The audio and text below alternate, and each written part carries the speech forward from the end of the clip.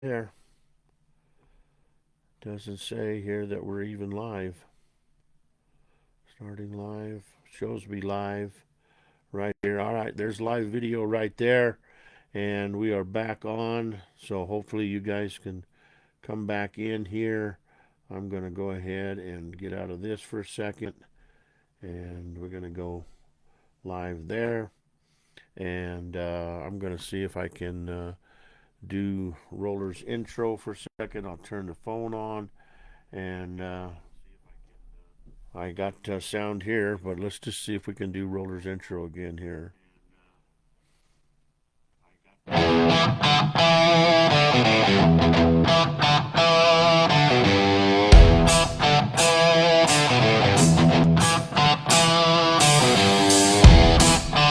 Ladies and gentlemen, welcome to Pedal to the Metal, the podcast where horsepower meets heart. From the shine of collector cars to the roar of race cars and the thunder of monster trucks, we've got it all. So buckle up your seatbelts, turn on the gas, and grab your favorite brew, 'cause the ride starts now. And now, here's your host, Roller.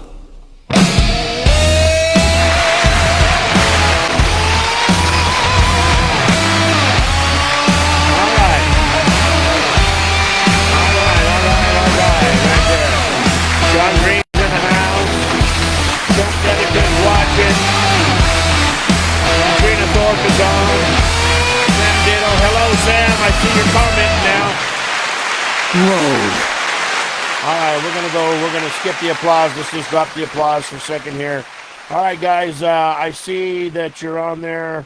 Another sold out crowd. Exactly right, Sean Green. Sam Ditto, Sean Green. I see you guys are commenting now. Cousin Debbie, I hope you come back on. And see there, Carter, I hope you guys come back on.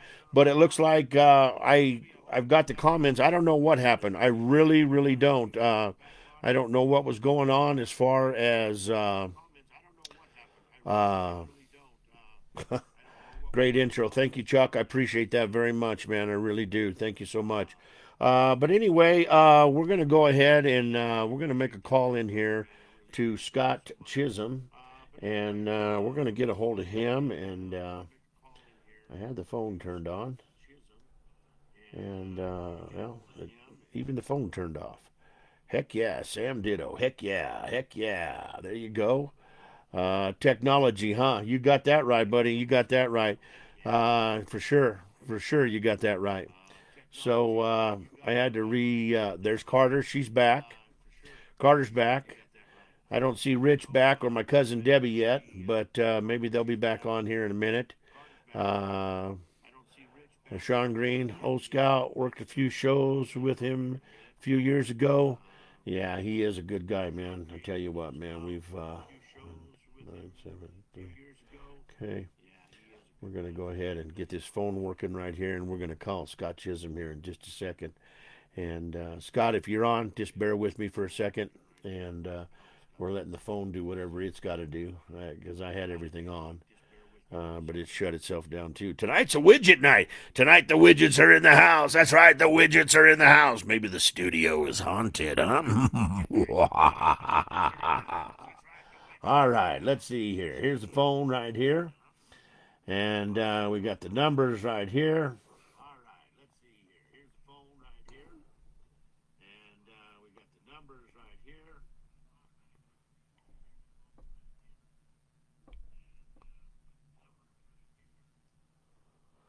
All right, we're going to see if that here. Melissa, hi from Maine. Oh, wow, wow. Good to have you on. Good to have you on. Appreciate you there. Yeah, Gremlins.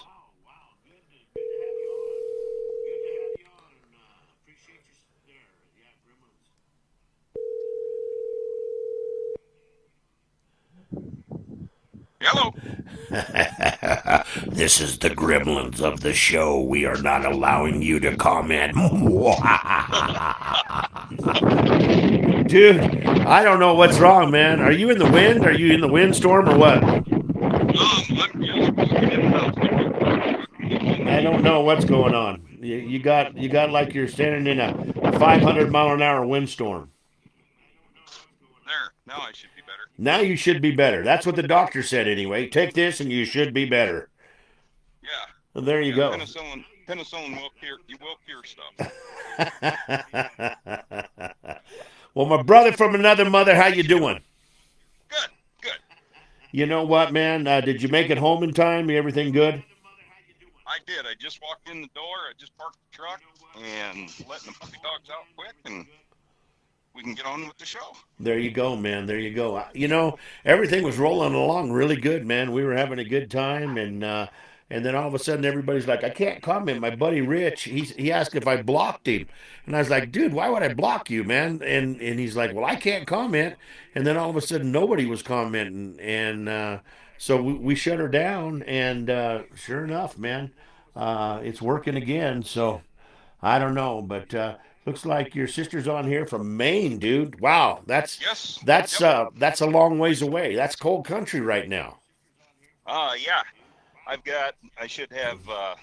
My dad should be joining us on here. He'll be out of Boston or Holbrook, Massachusetts, and Uh-huh. sister on from Maine, and got friends all over the place up in Minnesota that are listening. Got people from all over the country.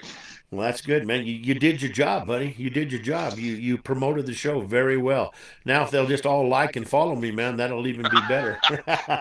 Oh, I bet we can remind them a couple times. Well, I appreciate it. I appreciate it very much. So, before we get started with the show, okay, I got to ask you one question, and I got to get an answer. Sure. Why did you chase me up the hills all the time? Well, you were new. I was new. Charlie'd been around, and you never listened to advice from Charlie. Oh, so Charlie's the one that set this all up. Yep, old crazy Charlie was the one that got you chased up the hill. My goodness, man. That first time, I was like, what the hell? Doesn't he know that I'm here? I mean, we talked about this in the pre show meeting that I was going to be standing on the hill by the hill there. And then all of a sudden I look and here comes Scott, full throttle at me. And I'm like, what is going on? I'm going to die right here in front of all these folks. And that was in Denver, Colorado. That was. Yes, it was. And I think, as a matter of fact, I think that was a show where we had monsters, we had mud trucks, we had pro arena trucks, We and did. I drove everything that was there that weekend. We got Katrina Thorpe in here, man, and Katrina was a big part of the family, man, back in the day, and Yep. stuff like that. And she said that he was getting paid. I'm sure of it. I think there Yeah, was there some was a little payola here or something. yeah, there was no pay to be found for that. That was a freebie. Yeah, and then when it was time to do monster truck freestyle, I'm out there talking and I'm getting ready to go off this floor, and Crazy Charlie's like, "Hey, come back out here and stay here with me for a minute." And he says, "Just take this broom and sweep in front of this big jump here in front of you." And I said, "Okay." And I said, "But they're getting ready to start." And all of a sudden he drops the green flag and the trucks take off. And I'm like, "I'm stuck. I'm stuck in the middle here." And he goes, "Well, when they get ready to come over the jump, me and you're going to fall down on the ground." Right? And I said, "But what if they don't make it?" He goes, "Well, if that motor stutters or you hear it bogging down, that's the last sound you're ever going to hear." Thank you, my Yeah, brother. thank Thanks a you. lot. Thanks a lot. Yeah, that was some great times. But Scott, I tell you what, we've been friends forever, and it meant so much to me. Not the other night, that meant a lot that you were in there on the show. But when I was doing my farewell tour, and you and your lovely wife came clear down to La Crosse, Wisconsin, man, and I was busy doing something, and I looked up, and there you were, man, and I was like, damn. Damn, my Yep. brother is in the house, dude. That meant so much to me, dude. I mean it. It really did. Well, and that's what we do.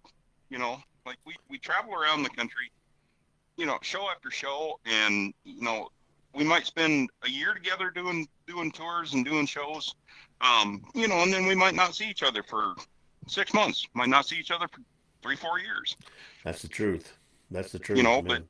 but that's what we do. You know, when you get to be, everybody that's on the show always says, it turns into a big family. It Yeah, starts out as friends, turns into family, it really and that and does. that's and that's exactly what it does. And we've had, you know, how many people that have come and gone through the industry. Yeah, They don't have anything to do with monster trucks, but that's you'll catch them on there every now and then, or they'll see you doing something and they'll throw a comment out there. And if you would need anything, or if they would need anything, it makes you feel so good that you're only a phone call away. it does, and I've always had guys, at the show say, "Hey, give me your phone number," and I was like, "Why? You need something?" Well, in case I ever do need something, I got somebody to call in Colorado now, and that's happened so many different times. Somebody call, "Hey, I'm broke down on the highway, man. Can you help me?" And I'm Yeah, like, "Well, I'm not much of a mechanic, but what do you need?" Well, I need to right. find a mechanic, or I need to find a welder, or just depends on what it is, man. But we're always there for each other, and I know that if I broke down someplace, and say in the motorhome or something, and I was close by, I could say, "Hey, I'm broke down, man. What can you do? I need help here or something, And dude, you'd have, if you couldn't come yourself, you'd have people there doing. And you're right. It's just one big family. You spend the weekend only with somebody, but you do the weekend with somebody every weekend for 4 or 5 weeks, or throughout the whole tour, and you just become family. You eat breakfast together, you do shows together, you do TV together, you do radio together, you do everything together as one big family. And out there on the floor when you're running in that monster truck, I'm not watching the show, I'm watching your truck for you in case there's a problem, and that, and that takes that out of your mind, that, hey, if I'm broke, what am I going to hear it, or what's going to happen, or am I right? 100%, 100%. Um, when we're in those trucks, we can only see so much. Nope. We can hear the engine, we can feel the truck. You're up in the air, and a lot of these 3D bodies and stuff that they're coming out with, they're awesome looking bodies, and there's stuff that maybe hadn't been thought about or hadn't been done 25, 30 years Right. ago. But the downside to that is that some of these bodies, they've got such blind spots. Um, you know, it's great for the crowd. The crowd can see everything. Yeah. The driver, on the other hand, has very limited, you know, a view, out the side windows, which sometimes may turn into eyeballs. So you've got a very limited view, and a lot of people that have been up close with these trucks, they realize that there's Lexan in front of us. These trucks don't have firewalls in them per se. Um, a lot of our driving and a lot of the stuff that we see out on the show is done through that Lexan. Yeah. The windshields in front of us, it's hard to see anything when we're standing these trucks up on the nose, or Yeah. up on the tail end. A lot of that stuff is we're actually driving looking at our feet. Right, exactly. And it's just nice to know that there's that extra pair of eyes out there. Hello, Boggin Racer. You just chimed in, man. Good to see you on here. We had to restart the show, and we had nobody had comments going, man. We had to restart everything, but we got her done. But so Scott, tell us about your first time in a monster truck and who gave you that time. So way back in the day, I've been involved in motorsports since I was as small as I can remember. 4 or 5 years old, we were going to county fairs. My grandparents were taking us to figure 8 races and demolition derbies, and my granddad had a real soft spot for harness and sulky racing. Uh huh. So we had both kinds of horsepower. We did the figure eights and the demolition derbies, and then we got to watch the trotters and stuff run on the horse tracks. And it was always just something. My granddad was very mechanical. He was jack of all trades, master of none. So there was always engines to fool around with. There was always something to get into when nobody was looking. Um, So I'd gotten in motorsports and motorcycles and, just about anything I could think of that'd go fast at a Uh-huh. very young age. Um, but my first monster truck experience was, I want to say, probably back in late 97, early 1998. Um, One of Stanley Torgerson's first indoor shows when he started promoting monster trucks was the Cattle Congress down in Waterloo, Iowa. Yep. And Been there. they call it yep, they call it the Hippodome. Uh-huh. And it's actually used to be a hockey arena. So as you can imagine, not a real big venue. Had a lot of years of running really good shows in there. And I was racing circle track at the time, and a buddy of mine goes, "Hey, did you hear what their new thing is? Monster truck show coming this weekend?" And I said, "No, what is it?" He says, "It's a rollover contest." And being circle track, you're trying to keep them on all the wheels, not flip them over. Right. So he had come up with this grand idea that we should take my stock car down to this show and flip it over because we were going to have to put a new body on it for the next year anyway. Uh-huh. And I said, "No, we're not doing that." But he's like, that was one of those, "Here, hold my beer and watch this." And next thing you know, I'm calling one of my sponsors that owned a salvage yard and asking him, "Hey, do you got a car that'll run 100 feet?" And he said, "Do I even want to know what you're up to?" And I said, "No, probably not." And he gave me this old Dodge Colt, and he says, "Well, it's got a flat spot and a flywheel, so if you cut a hole in the hood, you can reach in and grab the belt, and turn it so it's not on a flat spot, and then it should start for you." We took it home, knocked the glass out of it, did a couple things to it, and here we go. We're going to the Monster Truck Show. And I had done some stuff through demolition derbies up at the Metrodome Uh-huh. when I was in high school. And we had run up there, and I had gotten to meet Butch Chapin, who was at that time with Feld, Clear Channel Feld. Right. Way back in the day, it was USHRA. Right. So I had done some demolition derbies and stuff up there where they had monster trucks, but I didn't know any of the guys. It's like, I was a fan. I was awestruck. Like we take cars out racing around in circles, they jump 30, 40, 50 feet in the air. Just really had never thought of, hey, I might be doing this someday. Right. So we get to Waterloo and we pull in, and Stanley's there, and I didn't know who Stanley was at the time. They just said, "That's the guy you need to talk to." And he had a local welding shop build up a ramp, and he was going to set that on the corner of the crush cars. It's like, all right, perfect. We can do that. Not an issue. And he had it set up so that when you came out of Cattle Congress is kind of like I say, a hockey arena, but on one end there's a tunnel, and that's where when they have rodeos or they have music, musicians come in and they have bands and concerts and such, that would be their load in end. So that was where everybody was kind of coming out of to hit this ramp. And as you came out of that tunnel, you were putting the left side of the car up in the air. And, these cars don't have roll cages. Most of them had stock gas tanks. We knocked the windows out and, hey, we're there to win $50 or whatever the prize money was. Right. Grand prizes. Yeah. Huge yeah. money. Put my life on the line for $50. Yeah. And get out there, dance around, act like an idiot. But no, it was a lot of the stock car guys that that we raced against on the weekends. They were there. We had a couple brothers that had a salvage yard. So of course they brought multiple cars and multiple buddies, or, let's see how many times we can do this. And I had just made mention that I said, well, if we put the ramp on the other side, you've got to get a full roll out of your car before you're putting yourself 6-7 foot in the air, as that car is rolling over. Uh-huh. Before you slam dunk yourself. And Stanley reached out and he patted me on the back and he says, "Sounds like you're in charge here."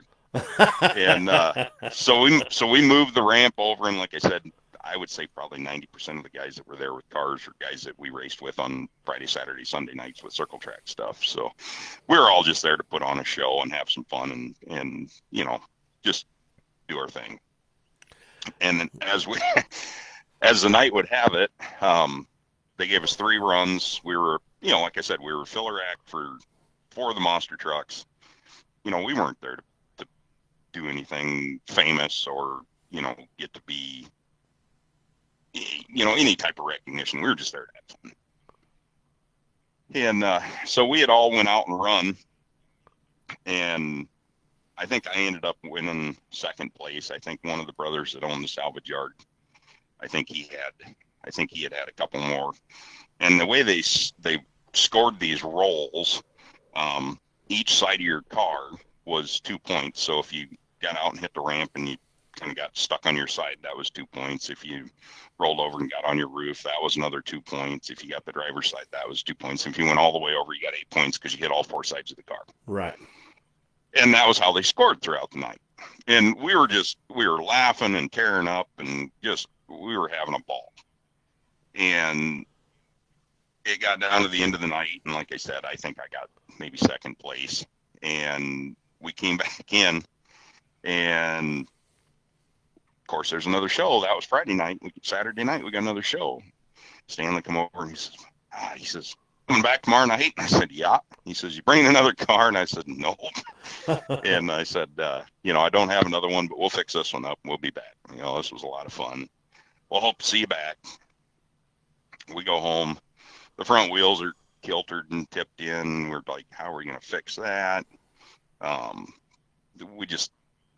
really having fun, but we're not taking ourselves or anything seriously. No. So we had ended up taking a steel T-post, fence post, and pushing the wheels out, welding it back together so that the wheels were straight up and down, and brought the car back for the second night. And as we were doing that, we were just, is this going to work? Or are we going to just tear stuff up? And it actually made the front of that car really, really stiff. So what we would do, the first run out, I think we got a complete roll. The second time we came out, we got a little bit more of a roll. We were up like getting 12 points because we were getting a roll and a half, roll and 3/4. And the building manager was back there, and I had done some stuff with him because Waterloo's fairly close to where we live. And in that tunnel, there's a set of double doors in the back. Uh-huh. And as you open them up, you can take the post actually comes out of them.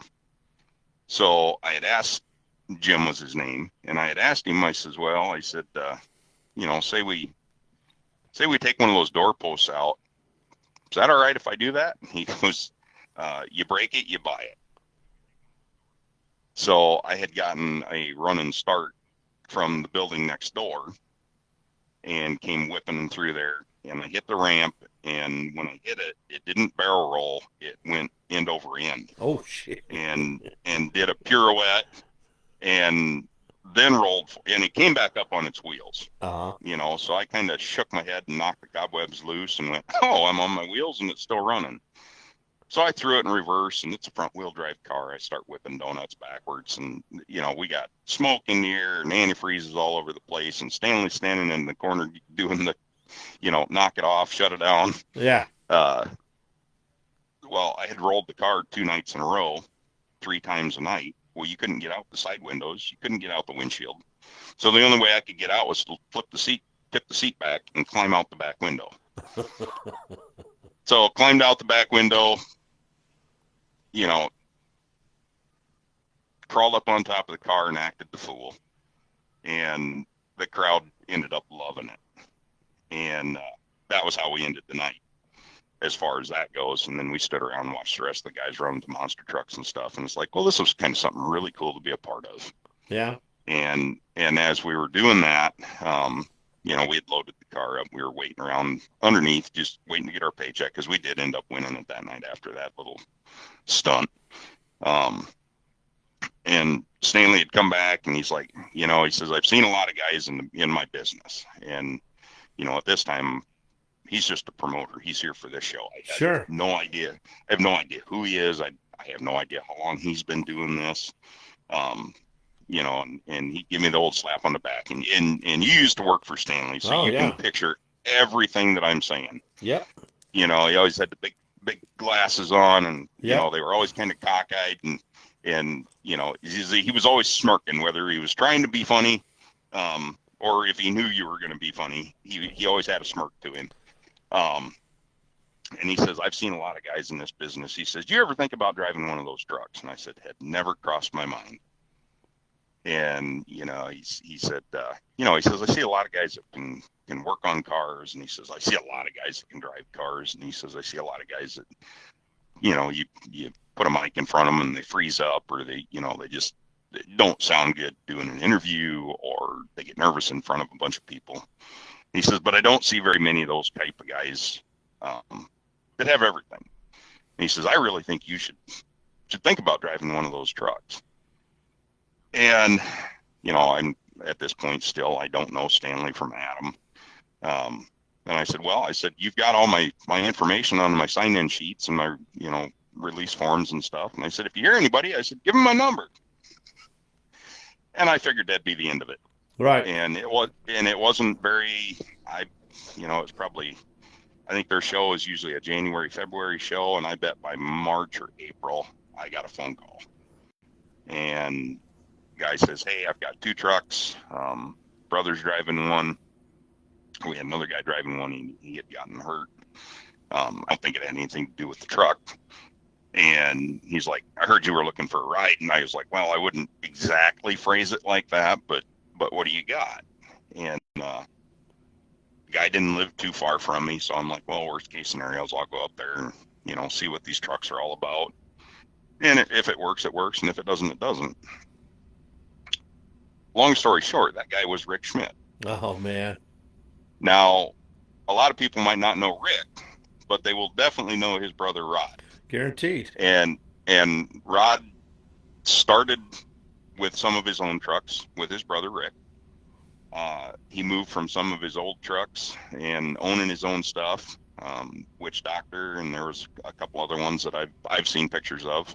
But like I said, at that point in time, I didn't really follow trucks. But he had moved to Schaefer Motorsports with Paul Schaefer, Right. And was running the Monster Patrol truck. He later spent 15 years driving for Feld Entertainment in one of the Great Bigger trucks. Yes, he did. And everything in this business happens for a reason. It's a very small circle. And 30 years later, Rod and I still live 15, 20 minutes apart, and we've done a lot of shows together. And I've helped him on his trucks. We both spent this summer doing some running, and he had a couple of trucks that he ran, his wife drives, and then I had a truck that I was running. So we got to spend a lot of time together. But 30 years ago, I would have never guessed that that's where this would have all gone, all because of a rollover contest. That's the truth, man. Just think, I wonder before Stanley passed, if he knew how many people that he started and got started in this business and that are still in it today. Or have something to do with it. At least their toe is still in the water. I might not be doing a show every weekend, but my toe is still in the water. And like you might not be driving every weekend, but you still get to get in the truck and drive. And that's all because of a man by the name of Stanley Torgerson. And he gave me my classic car auction experience. Yep. He gave me the monster truck experience.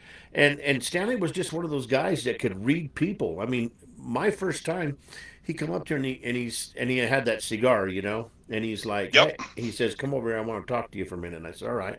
I said, what do you need, Doc? And he goes, have you ever thought about being an announcer? And I said, no, never have. I don't think I'd be interested in that. Oh, Jennifer Fagan's in the house right here. So welcome, Jenny. But anyway, he goes, have you ever decided to be an announcer? I said, no. I said, I'm not. He goes, well, I need an announcer in Colorado Springs. I said, well, what's going on with Mitch? And do you remember Mitch? I do. Stanley's I announcer? didn't.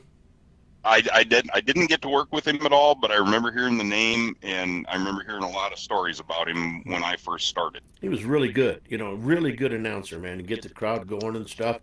And I said, Doc, I don't think I'd be interested. And he goes, no. He says, you don't understand.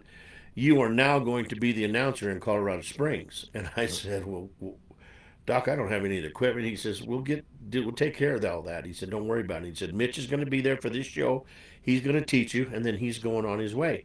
And man, ever since then, I was the announcer, and Yep. I got to start my career in Colorado Springs, and I did some great shows. I got to meet some great guys, and it was all because of Stanley Torgerson, man. And he is just, and then Danny, I hooked up with Danny. Danny started Monster X Tour, and it was just me and Danny running around the country putting on shows, and then he started getting bigger and bigger, and I was with him for a lot of years, and then we got people like Taylor's in here tonight, and Taylor works for him full time now, and they're big. I mean, they're going all over the world, man, and that's all because of Stanley. Yep. That's what I guess I'm getting at. Just because of one man and knowing how he knew people. And a nicer guy you would never find. Oh yeah, Like I said, I started out with Rick running a truck called Hellraiser 2, and it was an older truck. It didn't have rear steer. It was front engine. But that's kind of what I got to cut my teeth on. right, Had I jumped into a truck, that was state of the art at the time, right, I don't know that it would have taught me what jumping into that truck did. right, You got guys like, Bob Chandler and Dennis Anderson and the guys that really started this. Those were old leafer trucks. There was no give in them. right. And you know, and as you watch it progress, I kind of got into it in the middle of it. Yep, Like I didn't have any knowledge of it before that, so I was into the nitrogen shocks and the coilovers, and we still had suspension seats in the truck versus the full containment seats that we have nowadays.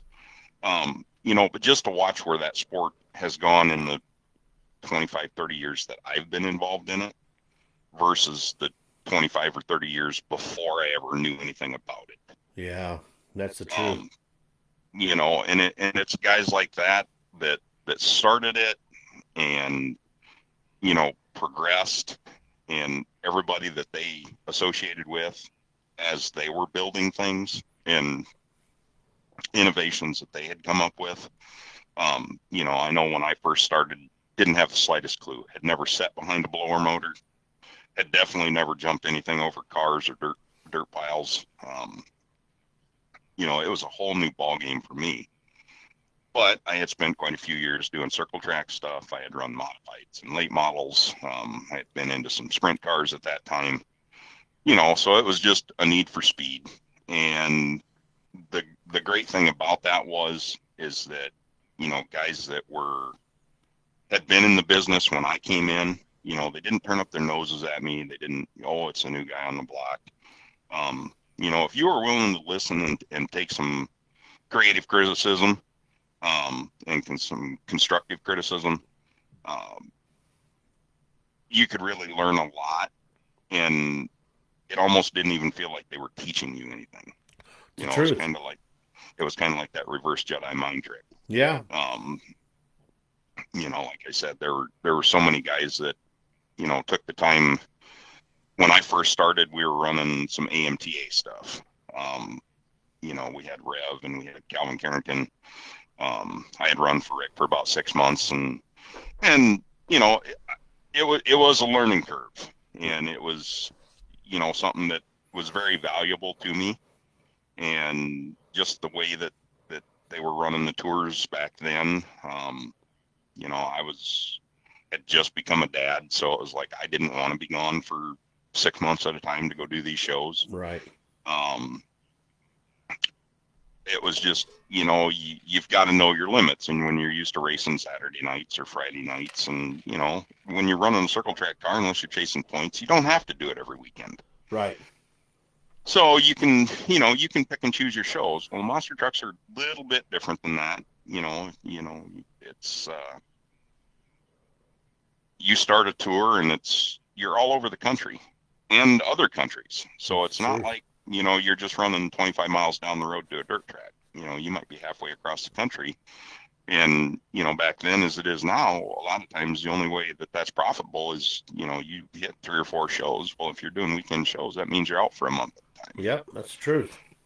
And, I had some sponsorship obligations and stuff. So I came back, and like I said, I had about 6 months that I run, really help build the trucks and run those trucks. And, I had driven semi quite a while at that time.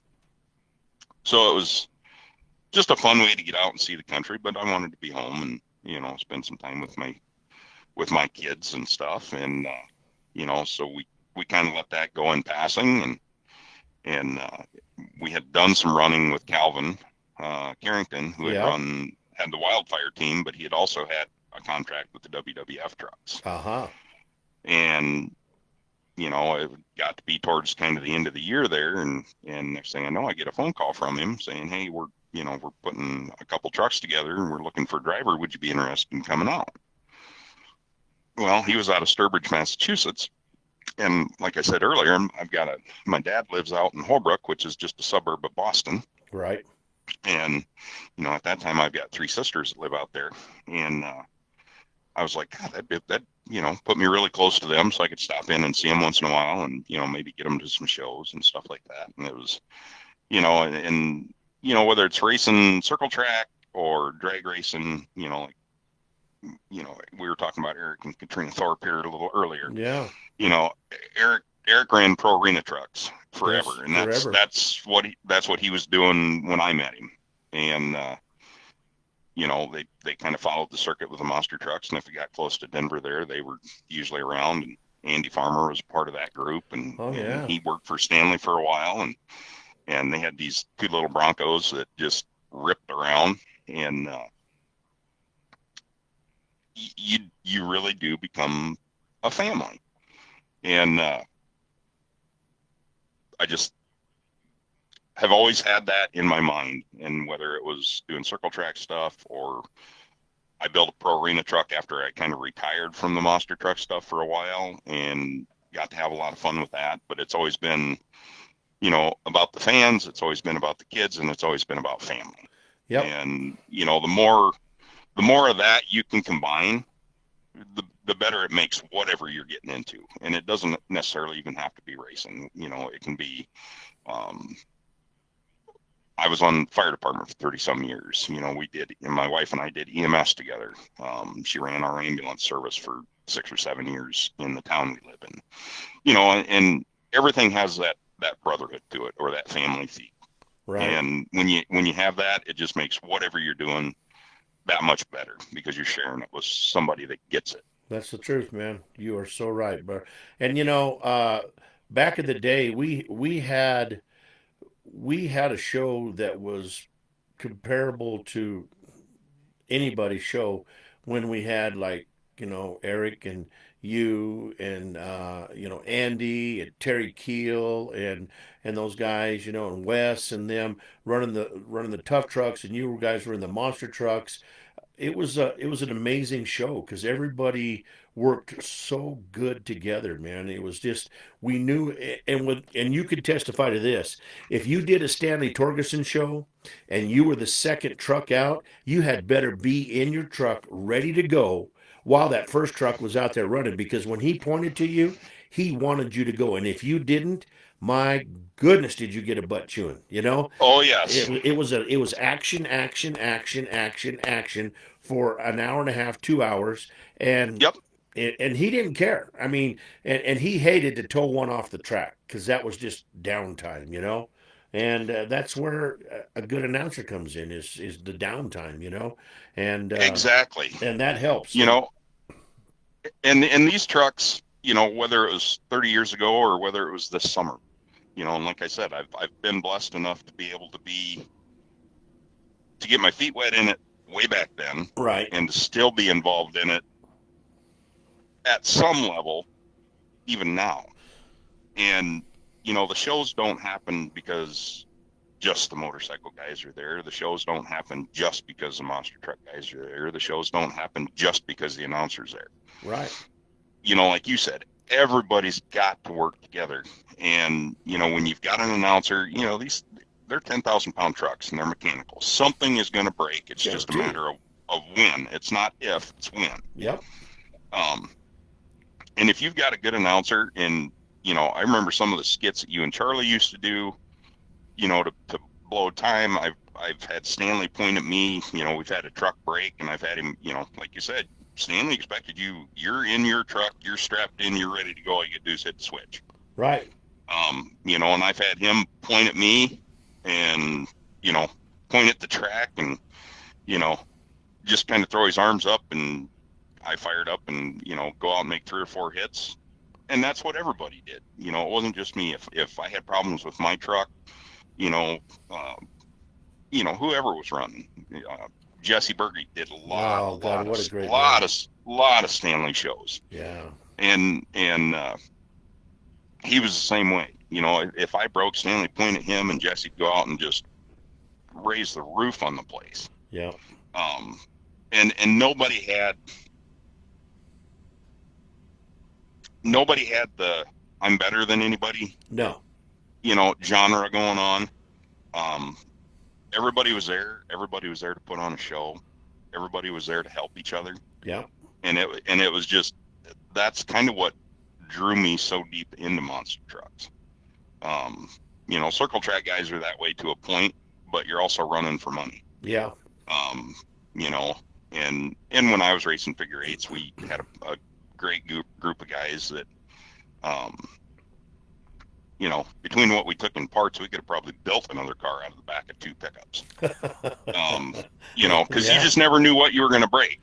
Yeah. And, we had a lot of fun doing that around here. And then our figure 8 series that we run local here, started running points, and you just kind of watch that after the first 2 or 3 years, you kind of watch that fade away. And, we've still got, I just had a buddy of mine text me today, and he goes, "Hey, are you guys taking live questions?" And I was like, "Oh boy, here we go." So I texted him back, and I said, "So what kind of questions am I setting myself up for here?" And we had at the end of the year, we had a big 2-day figure 8 race, and you qualify on one day, and then you go back and you race all your big features and stuff on the second day. I was running for Paul Schaefer at the time with Carolina Crusher, so I had my big monster truck hauler. Well, what better way to take a couple cars to the track than pack them in a monster truck hauler and take that down there? Right. So we had all gotten together, and like I said, Jason just texted me today, and we had a big turkey fryer, and we had made chili, and it was cold as could be that weekend. Of course, we did it in the fall, so I had couple guys bring over, "Hey, I got a couple steaks, you want to chop them up and put them in there?" And somebody else would bring over some tomato juice. And so we had a pot of chili that had, it was half chili, probably half Busch Light. But it was great. And he had texted me today and said, "Hey man, what's the recipe for the chili from the 2-day?" Well, you got to do this and that. Yeah. But like I said, it's just it's that family feeling. And I haven't run figure 8s here in a long, long time, just because, life kind of took over. But all those guys are still around. A lot of them guys, we still chit chat here and there, and social media has made it so much easier to kind of stay in touch with people like that. I've got classmates of mine that I graduated with, and we spent a lot of time running around northern Wisconsin in high school, and now, they've got kids, and I've got one friend of mine, her son, Jacob, is, I've got pictures of him when he was probably 4 or 5 years old, and Stanley had actually booked a show at my home racetrack up in northern Wisconsin that I raced at in high school. Right. And so I've got a picture of him and me standing in front of the General Lee, which was one of Don King's old trucks, with me signing an autograph for him on a checkered flag. And they've since moved from northern Wisconsin, and they live in Texas now. And I was lucky enough here a couple years ago to do a show down in Texarkana, and gave them a phone call and said, "Hey, I'm going to do a show here if you guys want to show up." And everybody got to show up, and that many years down the road, Jacob's he's engaged, and his sister Liliana, I always call her the captain, and she just gets the biggest kick out of it. But I've known her since she was a little bitty thing, Yeah. and she's I think 13 now, so I've still got a little gravedigger truck that she had sent with her mom to one of the shows, and was too shy to give me, so mom gave me the little gravedigger truck, and it still sits in my trophy case with all of them.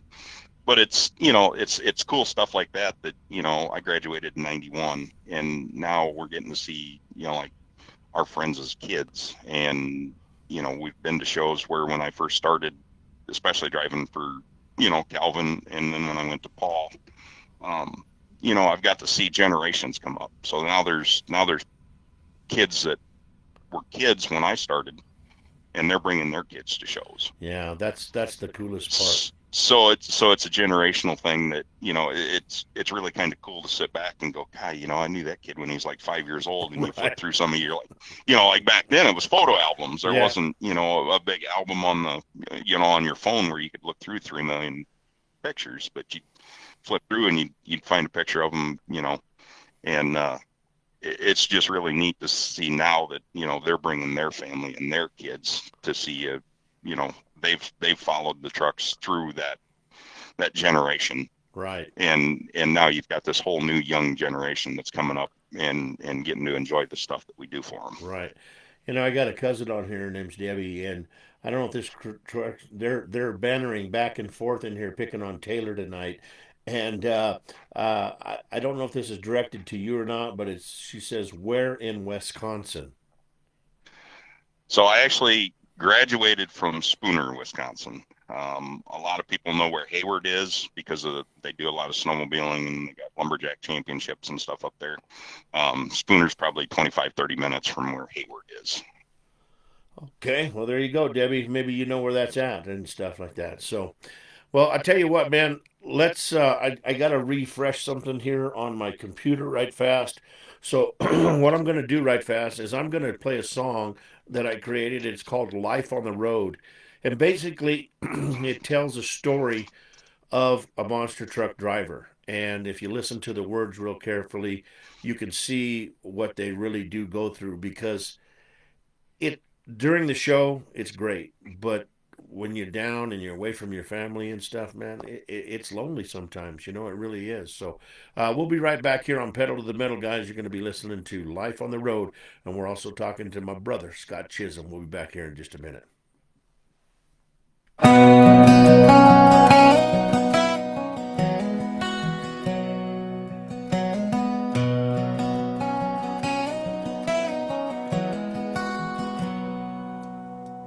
Rolling out at sunrise, my diesel humming low.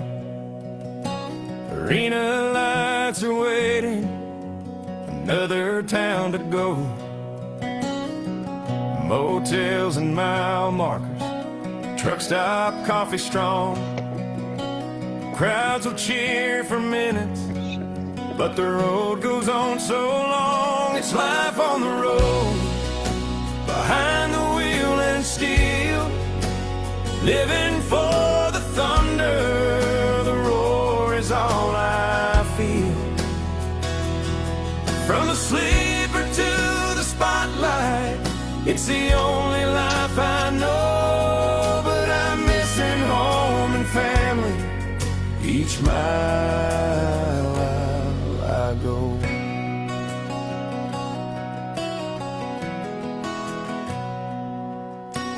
Grease-stained hands and late nights, the crew is family too. We chase the fire and fury just to bring the show to you.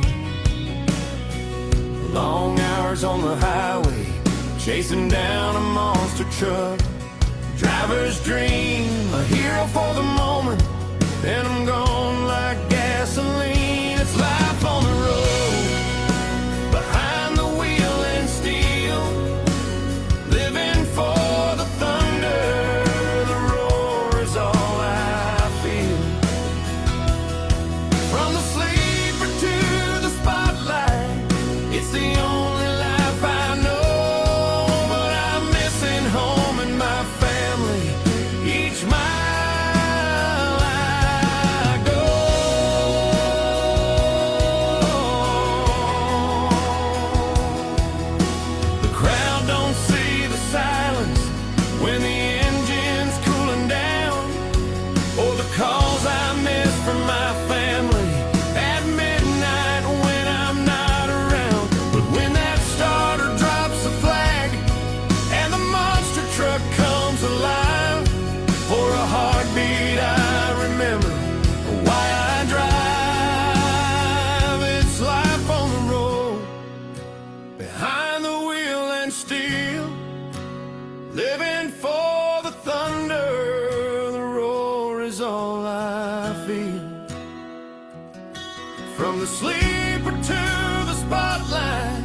It's the only life I know, and I'm missing my home and my family.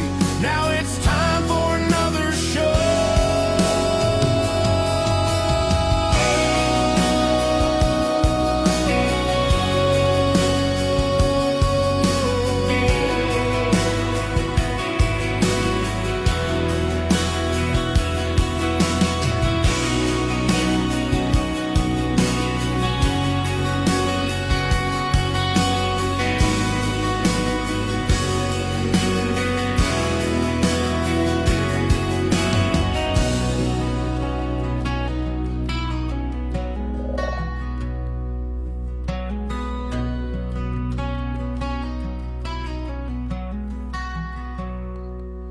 There you go, life on the road right there. And it's true, man. It's you do. You miss your family a lot, man, especially when you're out on that road a lot, and you miss those midnight calls because that's about the only time that they can get a hold of you and you're either sleeping or you're in the sleeper somewhere or in the truck driving and you're out of service and we always didn't have cell phones either, did we? No, when we first started this, I was, good grief, I was probably a year, maybe 2 years into working with Calvin. Um, before we had a first cell phone where, anybody could get a hold of us. Otherwise, it was, pull into the truck stop and do the old 1-800 number. Calling card. Give him a collect call, and Calvin and I had a really good understanding is that he didn't need to hear from me unless I broke something. Right. So, it worked out real well. He didn't get a whole lot of late night calls from me. But yeah, it is. It's just, it's hard being out on the road. When I had run here this summer was really a blessing to me because, the trucks were based out of Minnesota. I had a couple of them down here at my place. So I had a son that got to help me wrench on them and had actually done, a good handful of work on them. Maybe he wasn't always happy about it, but it was stuff that, eventually was going to teach him something. We had a transmission we had to pull out of one and like I said, these things they're mechanical. They're going to break. Oh, and, yeah. We made it through the show with what we had and we got home and I put him busy pulling transmissions and stuff. And he's like, well, how come you're not helping me with this? And I was like, I've probably changed 15 trains in those trucks. Yeah. I know how to do it. Yeah. But he loves doing stuff mechanical. He's gotten into doing some demolition derbies and stuff. And, so that was a big stepping stone for him. And we were hoping to, get him some seat time in a ride truck, which he did. He run probably a third of the summer. And then, we had some scheduling conflicts that just wasn't going to work out for us. But somewhere down the road, I'm not beyond getting back into a truck, or maybe even have one sitting here at my place that I can call mine. And when that happens, it's nice to know that like our grandkids only live. I've got one that lives probably 30 minutes from us, little grandson, and he's a monster truck nut. And I've got a grandson and two granddaughters that they're just as monster truck stuff, and they only live about 5 miles from me. So, it's really fun to let them come to the shows. And when I reminded everybody that I was going to be on the show here tonight, the picture I chose was a Freedom Force truck that I had put together and had brought that name back out of retirement here, probably 2022.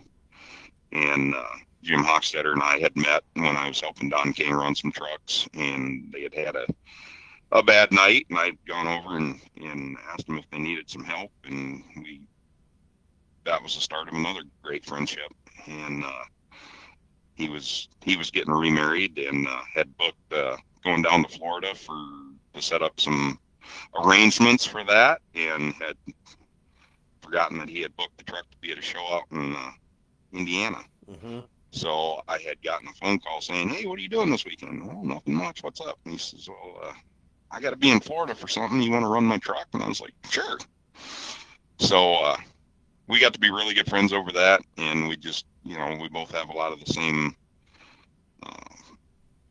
guess, the same outlook on stuff and how we want our stuff presented and how we want it to be run. So he was gracious enough that when I was part of putting a couple trucks together back in 2022, that he allowed us to run not only the Freedom Force name, but also his original body when he had originally built that truck. So that was a huge, that was huge for me. Oh, guaranteed.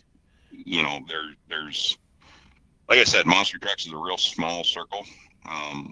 There's getting to be more and more people coming in. I know you've got Lee and Shane Plato on the show, and Lee and I have talked a couple times, and I've seen some of the runs that Shane's doing, and with him going to Monster Jam University, he's got a real good future in the sport. Oh, he does. And he really does. And when you've got somebody like Tom Mintz that's reaching out to these people and these kids that are coming up and giving them the pointers that it's taken him 30 years to get. Tom and I used to run when I was running the Carolina Crusher truck. That was back in the Goldberg days for him. Yeah. And we did a good handful of shows together, and he had come up through Paul Schaefer. He had driven not only monster trucks but some mud trucks with Paul. So there's been a good handful of guys that, like I say, there's some guys out there that you don't really hear about a whole lot anymore that, were mentors to a lot of us. Tom being one of those, and, Dennis and I had done also a good handful of shows together and got to, be pretty good friends. And unfortunately he's busy doing his thing, and I got busy doing mine, and we don't get to talk as much as we used to. But I bet you that conversation start right back up again. And it does. Yeah. I've had, guys that I haven't seen in 15 years, Sure. Reach out and go, hey, by the way, or, like I said, the gracious side of social media is that, you're not, we always say we're a phone call away, but, that's where it was 30 years ago when cell phones and stuff, or, you were even pulling up the pay phone going, hey, anybody that's got one of these? I need one. I broke one. Right. Social media has made it so much easier, to keep in touch with guys and, reach out and, just stay more engaged with people that, you're not going to see them every day. Right. And, there's a lot of us that, we haven't seen each other for years. Right. But I know if I made a phone call or, we were lucky enough, we took a vacation out there to Colorado. Oh, it's probably been 5 or 6 years ago now. And we got a hold of Eric and Katrina, and I was like, hey, we're close to you. We stopped in, and we stopped and spent the night yakking about old times and racing. And we always used to go over there and hang out, and we did a lot of those shows in Denver. I think the one might have been possibly the one I chased you up the hill. That's just. There's no possible. It's not possible. It's the truth. It's just a rumor that it could have been that show. Why do we got to lie? Why do we got to start lying all of a sudden? It was that show. It was that show. I can remember it very well because I was scared to death. But like I said, we had a couple shows there, and like Eric and Katrina, they lived just up the road there. Yeah, they do. So yep. And like I said, we'd go there and hang out. I love to cook. It's never been a secret. If I'm out on the road, there's usually a grill hiding somewhere, or we're making something. And I had gone over and I said, well, if you guys are going to be nice enough, let me stay here for a night or two. At least I can do is make something for supper. So we had a big old cookout, and the big joke was at the time I was driving the rock truck for the WWF, and one of the phrases was, "Can you smell what the rock is cooking?" Right. And so that got to be the big joke. That anytime everybody was around, they'd come around the corner of the holler and they'd be sniffing the air, wondering what the rock was cooking. Yeah. But Eric and I, we were sitting there one night, and we ended up watching Caddyshack, and the gopher comes on.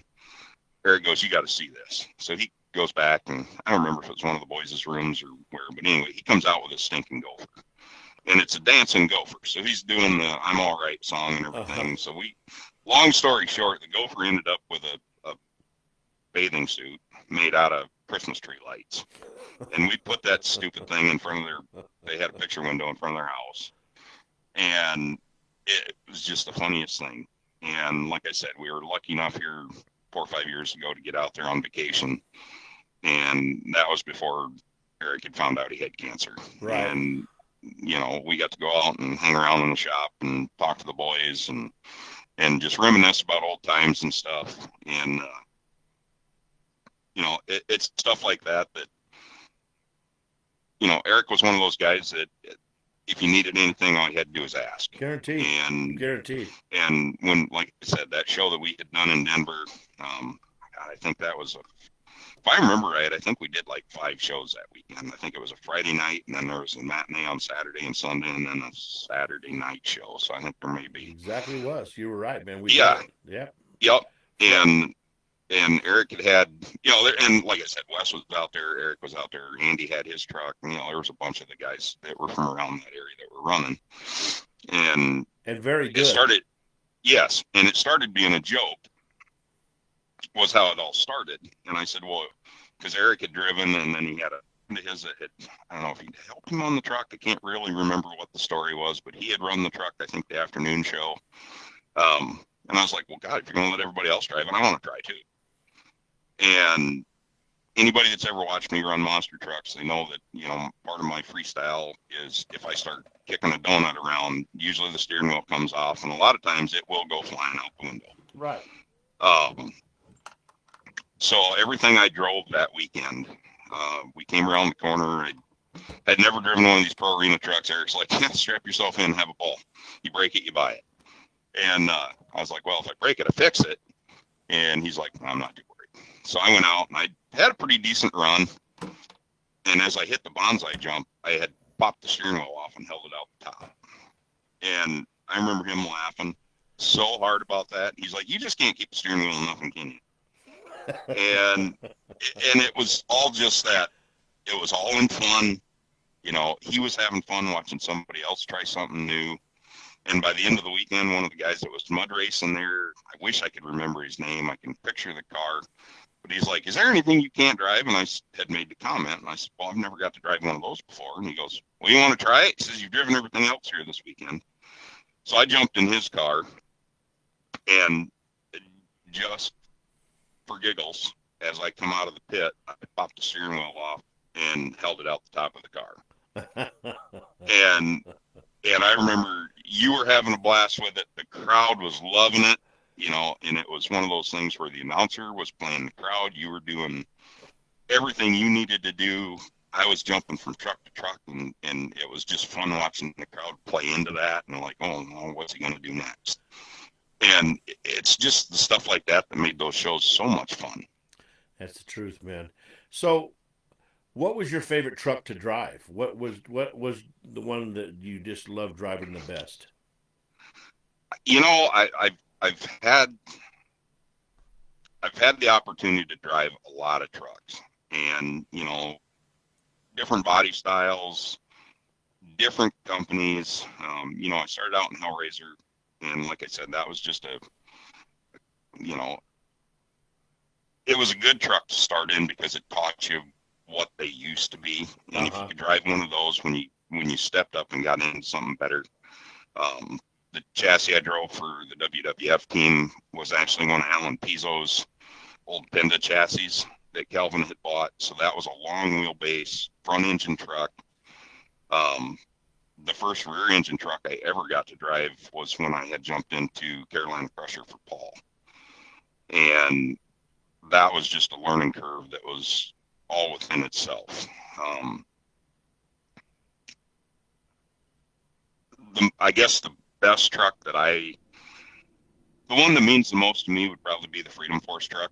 Um, just with the meanings behind that and what we were looking to do with it when we brought it back out in 2022. Um, there was just a lot of heartfelt and sentiment behind that. I love driving Carolina Crusher. Don's trucks that I helped him drive, a lot of those came, Uh, they all came out of Freedom Racing, out there with Terry in California. I had actually gotten to drive for Terry down in Oklahoma City, and he had just gotten a truck back, and we had some mechanical difficulties, and I ended up compressing a couple discs in my back. There was a school bus happened to step out in front of me, and the shocks just didn't listen to what they should have been done. But I would say Freedom Force is probably the one that, really, really sentimental to me. Carolina Crusher, holds a good spot for me. And like I said, this past summer, I got to spend a majority of the summer in a barefoot truck. So that all kind of took me back to the Schaefer days. So there were some of those trucks that we got to run around with, that just really had a lot of fun. And I've been helping Rod and Brandy out. Was actually supposed to help them this weekend, and there were some scheduling changes and some conflicts that came up. But I've actually got to run Brandy's Monster Patrol truck that she's running. So everything's kind of come somewhat full circle. Right, exactly. So there's a gentleman on here, Sherman Wade Brown. He says, "I remember when you began. Proud to see how far you've become, brother. No two by fours. Laugh out loud." I am not necessarily sure what the 2x4 comment is. If he would like to enlighten me, I bet I would remember it. You know, there are a lot of, I mean, you remember, there's so many things that happen, you can't remember them all, and it sucks because usually the ones you forget is usually when you have the funnest time. I mean, it's just And like, it, it's like our comment, like every year on our birthdays, Happy Green Juice Day. Me and you yep, know what the Green Juice Day was, and yes. it's just something that we had so much fun that night with, between eating beans with motel cards for the doors, and running up and down the hallways and drinking green juice and stuff, I'll never forget that, and that's one that you don't forget, but it's the other stories that happen in between all that you forget sometimes, and you're like, damn it, I wish I could Well, remember that one. and Kid Rock has got a song out there that's called 50. Uh-huh. And there's a lot of it that we probably can't say on air, but if anybody would ever like to take a listen to that, he really does kind of hit. He is doing it as a musician and as an artist that's been on the road and lives that lifestyle. Right. And the lyrics in the song get a little rough at points, but it really does hit home with us, that spend a lot of time out on the road doing shows and doing monster trucks and ones that travel for a living. There's a million stories and you can't remember any of them. Yeah, that's the truth, man. And that's just it. We see so many people, everybody that's in those stands means something to us. Guaranteed. And we love autograph sessions. We love getting to see the kids, and we love getting to see the parents that, like I said, I've had so many people come up and go, "Oh, I remember that truck when you started," or "I remember you driving this," and it's great to see you back running one. We had done a show up in Fargo this summer, and one of the guys had come down out of the crowd. I believe it was his grandson, and he goes, "I remember when you first started driving Carolina Crusher." And now he's got his grandson there watching me drive barefoot. So, like, all those things mean something to us. And there's certain ones that, like you say, the green juice story, and, there's some other things that are very sentimental to me. I had done a show down in Tampa, and there was a little gal that had cerebral palsy, and I think there was a couple other things going on with her. She was nonverbal. Mom and Dad had brought her down to the show, and there were a lot of good trucks there. I mean, Dennis was there with Bigger, Medusa was there, Guywood was there with Bulldozer, Scotty Hartsock was there.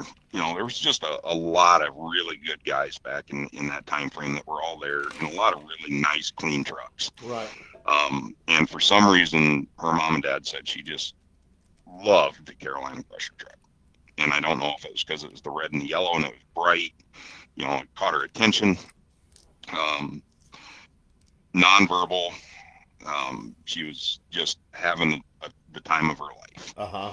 And we had a couple shows down there, and the mom and dad had brought her to the pit party. We had done a show, I believe, on Friday night, and they had brought her to the big pit party on Saturday, and she had this little, at that time, these little Thai beanie baby animals were really big.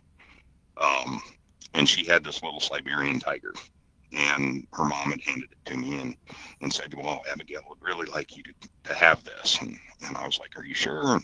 And we get fans that give us stuff, and, Sure. it means the world to us. I've got Guaranteed. a trophy case and some stuff sitting here that, it's got my sentimental stuff in it. And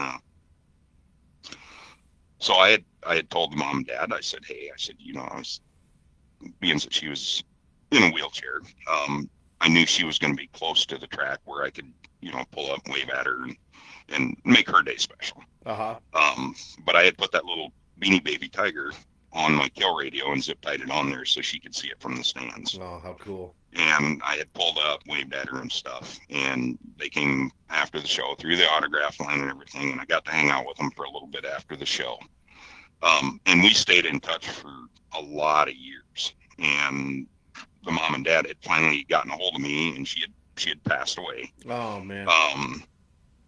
And I had asked them. I said, well, and it was fairly close to the time she had passed, and I had ended up sending some flowers down to them, and I had asked um, if they would like that tiger back, Uh huh. and they said absolutely not.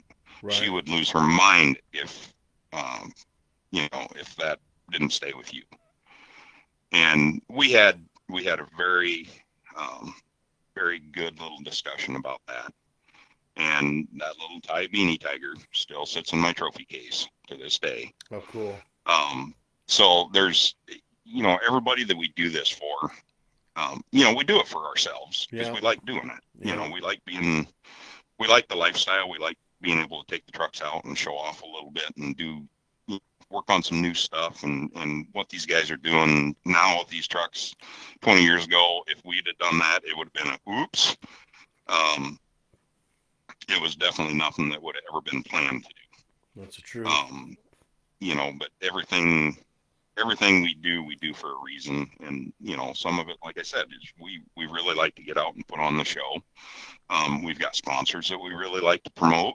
We'd like to get out and give them the nation.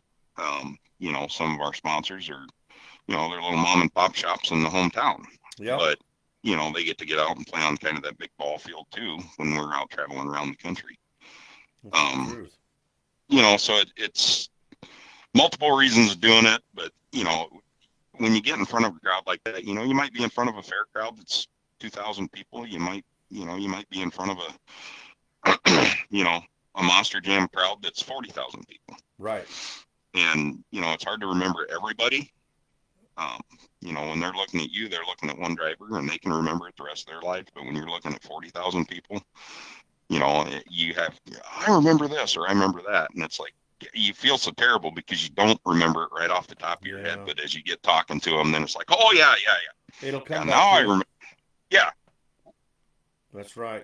I mean, I used to go, and if you remember, I would go up to the autograph stand with you guys, and I'd Yep. stand on the end, and I'd thank everybody that come through the Yep. the line, and I had people like, we've go to a lot of monster truck shows, and there's nobody from the show except for the drivers when they're doing autographs, but like the announcers that stand off to the side and just personally thank us, and yeah, I signed some autographs, sure I did, and Yep. it was just part of the deal, but it just meant so much to people that you take the time out of your busy schedule because you're tired no matter what, but you're sitting there trying to thank everybody.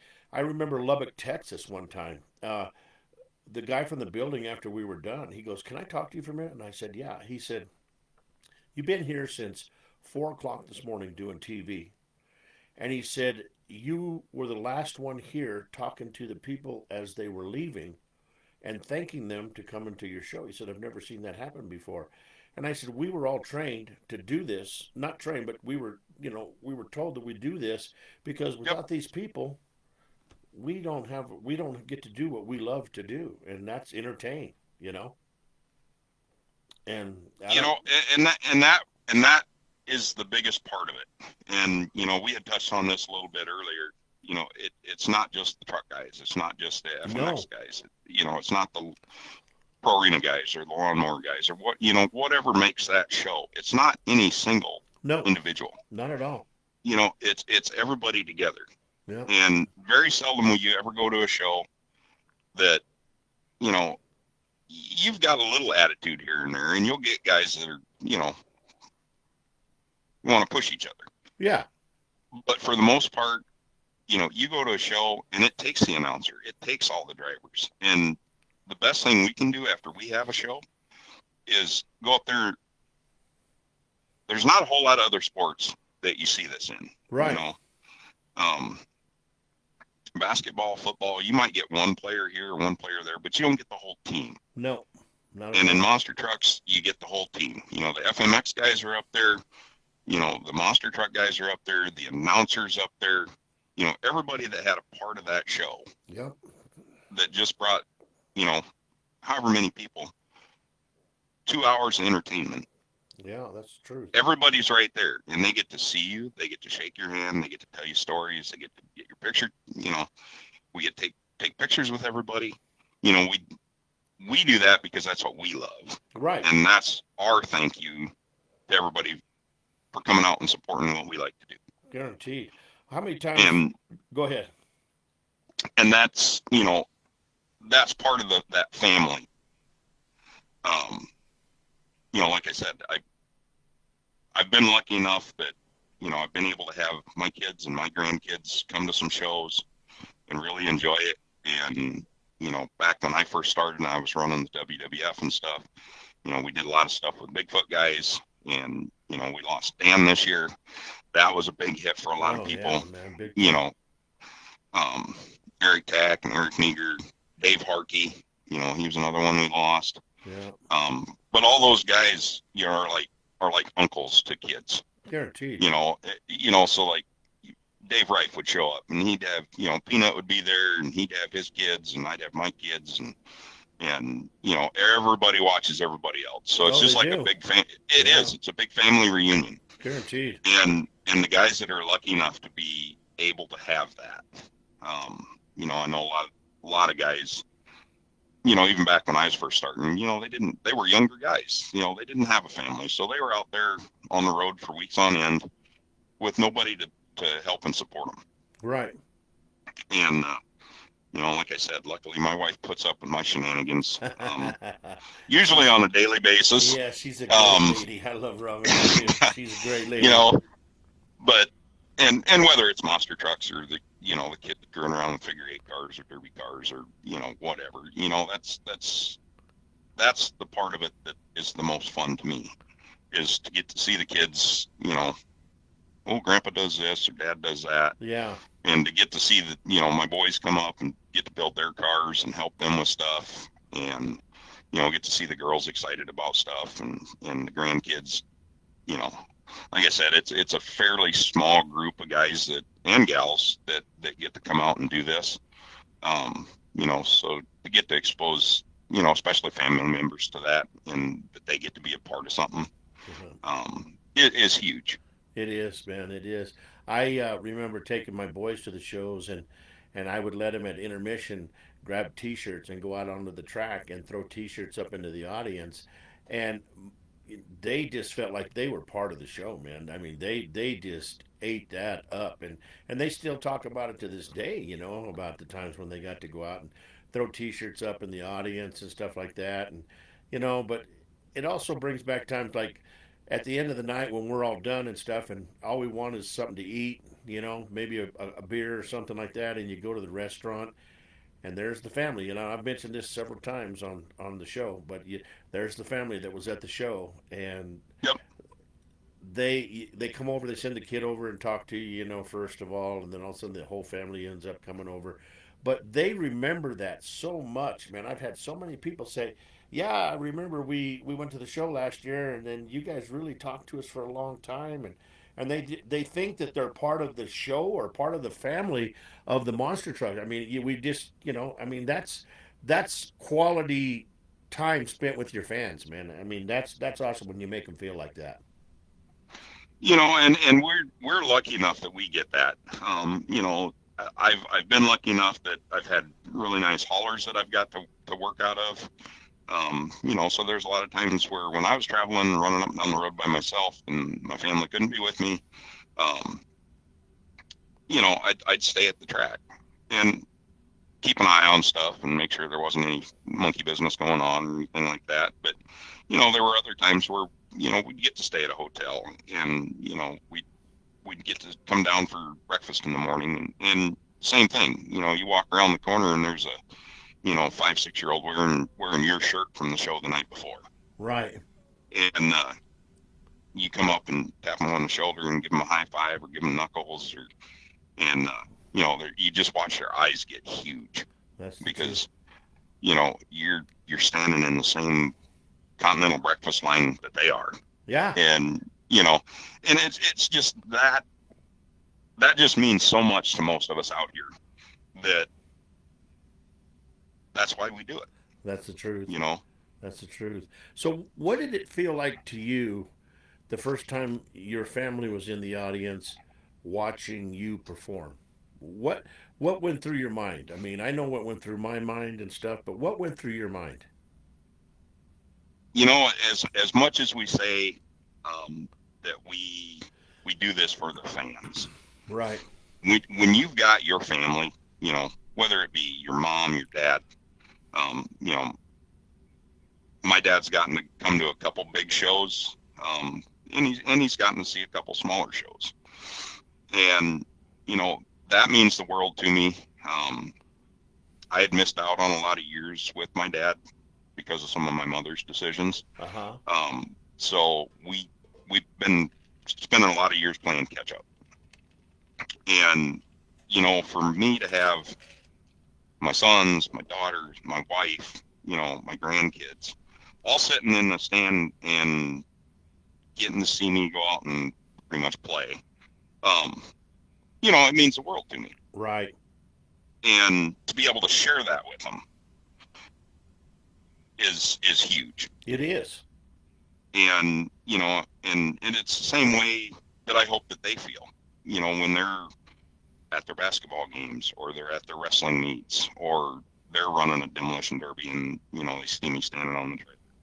I hope they get that same feeling of this is just kind of cool.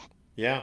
Yeah. It you is. know and when you look at it from especially a kid's perspective, to have an adult that is that proud of you to come to your shows and come to your basketball game or your volleyball game and cheer you on like you cheer them on when they're out goofing around playing with monster trucks. Yeah. um it just really sets the stage where it makes them want to try that much harder.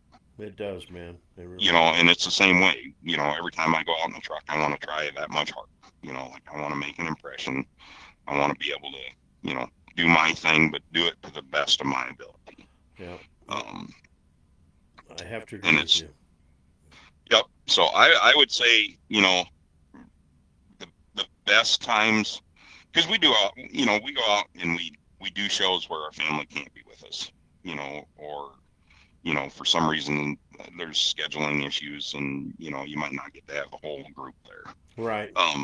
And it doesn't feel the same. It's, you want to be out there and you want to do your best because you're there putting on a show and you're entertaining, but when you've got family there or you've got, friends that have become family, it's a whole new ball game. Is just that feeling that you're accomplishing something Yeah. and you're sharing it with somebody. That's the truth, and I sit here listening to you talk about, you got grandkids here and there. I have one grandchild, and it's a girl, and she lives up in North Denver, and I before I completely get out of it, I want to be able because she kind of looks at stuff in the office like what's that and and stuff and I'll tell her, well, that's what pops used to do. I was in the, especially with my my bodyguard over here, Cash Money. She's like, "Pops, what's that in your office for?" And I said, "Well, baby, that's my show clothes that I used to wear when I was doing monster truck shows." And she goes, "What's that?" And I just want to be able to do that. I want to be able to take her to a show and to let her see that, and just to get that feeling that, you know, man, did I make her proud, or did now she understands? Did she think that I'm really crazy for doing what I did? But I just want to complete that circle, I guess is what I'm saying. Yep, and that's 100% understandable because like I've got stuff around here, and fortunately, I'm still young enough that I get to do a lot of the, like I've stayed involved in monster trucks. Right. So my kids and my grandkids have kind of come up with it. Uh-huh. It's nothing new to them. Where you've stepped out of doing the announcing for a while after you retired. So all this stuff is it's like all stuff that's hanging on your wall, but what's it for? Right. Um, and I've got a bunch of stuff that when I get my man cave done, I'm sure there's going to be stuff in there that go, well, where's that from? What did you do to get that? Right. Um, and autograph pictures of people that I've met through, WWF trucks. And when I was running for Schaefer, we got to meet a lot of guys. And, it's just one of those ongoing things. But the biggest thing you can do is stay humble about it. Yep. It doesn't matter who you are, who you've met, what you do. It's like today, I was really hoping I'd get back in time to do the show sitting here in my office instead of sitting in the cab of my semi Sure. because I was in Ohio this month, Right.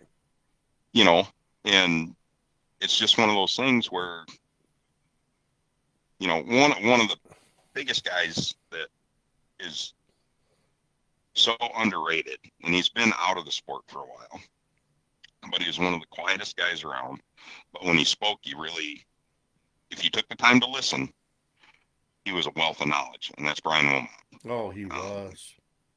he drove for Fred Schaefer in Barefoot, and then he Yeah. came with Paul. Um, Todd Frolic was another one that started with the Barefoot trucks and stuff, and kind of transitioned and was around about the same time I was starting. Um, you know, Brian didn't say a whole lot, but when he did, it had so much meaning to it. Right. And he was always the most humble person in the world, Right. you know, and that really, really stuck with me. Um, and Dennis Anderson does the same thing. So you go from, you know, us guys that aren't really running trucks anymore, but have spent some time in the industry, to the guy that built the industry. We all get up and we put our pants on one leg at a time, just like everybody else does. We just do cool stuff on the weekends, Sure. We're just you know, lucky enough to be one of them guys. This is and exactly we it. are, Yeah. and Dennis from day one, when he gets out and runs that truck, when he gets out of that truck, he's thanking the fans for every shingle on his roof and every nail on his shingle. Yeah. That's And and Brian was that way. You just got to stay humble and remember that the road you go up, you start at the bottom just like everybody else does, Yep. and when you get to the top, sooner or later you're going to have to come back down that road. That's the truth. That's the truth. And the stones and the pebbles that you leave on that trail on the way up are the same ones that you can either trip on the way down, or you can just remember to stay humble Sure. and help people when you can, and do what you can when you can. And you always find that road, once you start coming back down it, is going to be so much more smooth, um, versus and it's not just monster trucks or motorsports. It's anything. You get to a certain point and some guys just kind of forget where they started, and get a little too big for their britches. Right. Exactly. Well, And those are the ones that have a hard time coming back down that road. yeah, that's the truth. You're right. You speak a lot of truth, my brother. You guarantee you do, man. I mean, it's just like I got a tub over here in the studio right over here, and it's full of T-shirts from the day I started in the monster truck business. I got crew shirts. I got T-shirts. I got T-shirts that you know, of trucks that's never you're never going to see again. And Right. when I when I get time, I got enough shirts that I'm going to be able to make 4 quilts, and I'm gonna give 3 quilts, one to each of my boys, and then I want to donate 1 quilt just to the Monster Truck Hall of Fame because Yep. of the old T-shirts and stuff that were there. That's the old history, man. I mean, God, it's just. I was going through there the other day, and I got some T-shirts from when Bobby Holman was, you know, starting out and stuff. Sure. It just stuff that I was given and never did do anything with it. Just put it to the side. And man, I can't wait to get that done. I really can. That's going to be a fun project. I'm not a quilter. Don't get me wrong. I'm going to have to find somebody to do that for me, but I'm going to have to find somebody that's going to do it the way I want it and make it something special. And that's just it. There's so much of the stuff that we collect through the years of doing stuff, and I've got circle track stuff that when I was involved in late models and sprint cars, I've got some of those T-shirts and stuff. I've got 3 or 4 different race suits. I've been really happy that 2 of my boys have been able to use one of my old race suits for their figure eights and demolition derby and stuff. So that's kind of given me somebody that it makes me feel good because that gets passed down and you get to see that.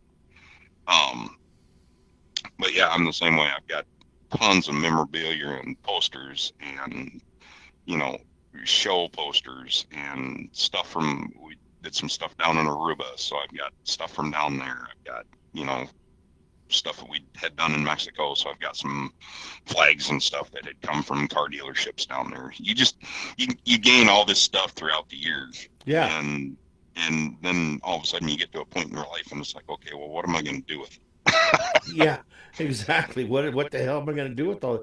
Because it's not going to mean anybody thing to anybody else but you. I mean, it'll mean something Right. because of my kids because they knew what I did. But I mean, those shirts are going to end up either getting thrown away or they're going to get sold at a garage sale for a quarter or something like that, and somebody's make shop rags out of them. So I might as well make something cool out of them. My wife and I have a huge standing joke because like when it was our second marriages.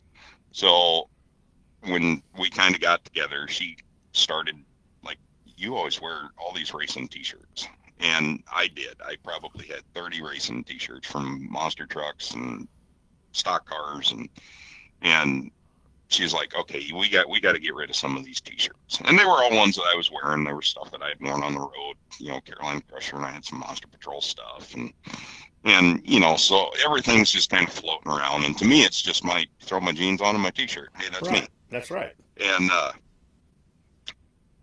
she had decided one day that I should probably thin out the herd a little bit.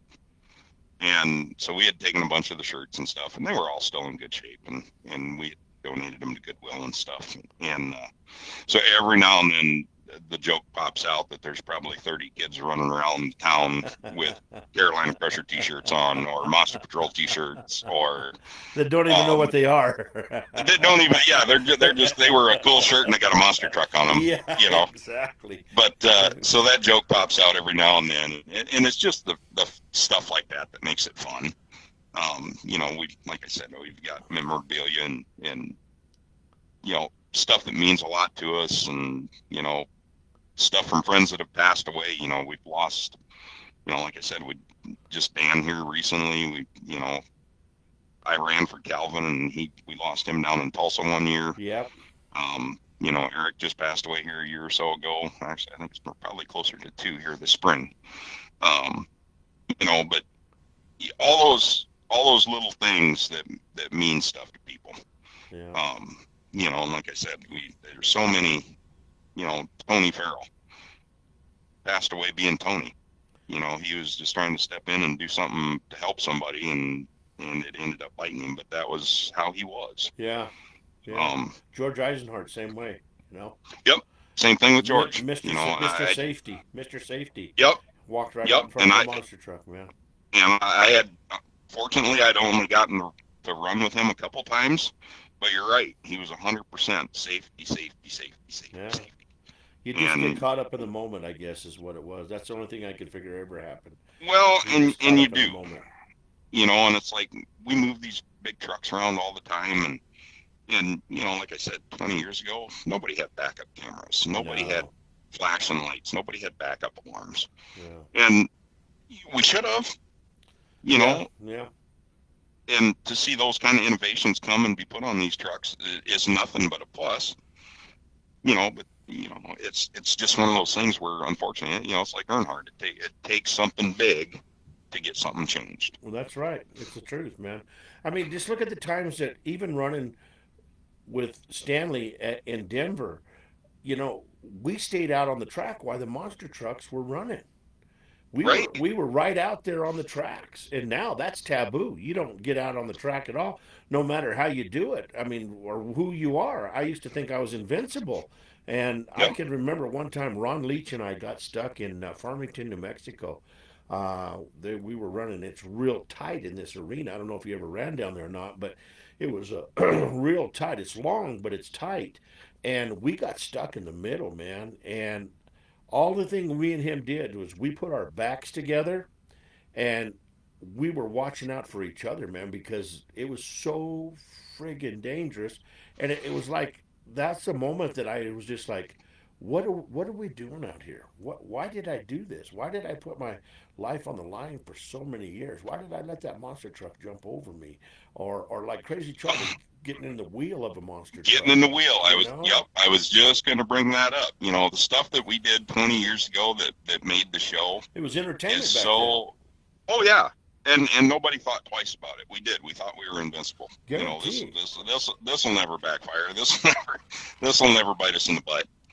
And we're lucky it didn't. Oh, very You lucky. know, and any of that stuff now we would be put on the trailer immediately. Like there's just not room for it nowadays. No, But these trucks have evolved so much that you know, look at the distance they're jumping. Look at oh the my heights God. they're jumping. Oh, it's You know, crazy. you know, 20 years ago they weren't doing that, No, and they had the capability of doing it.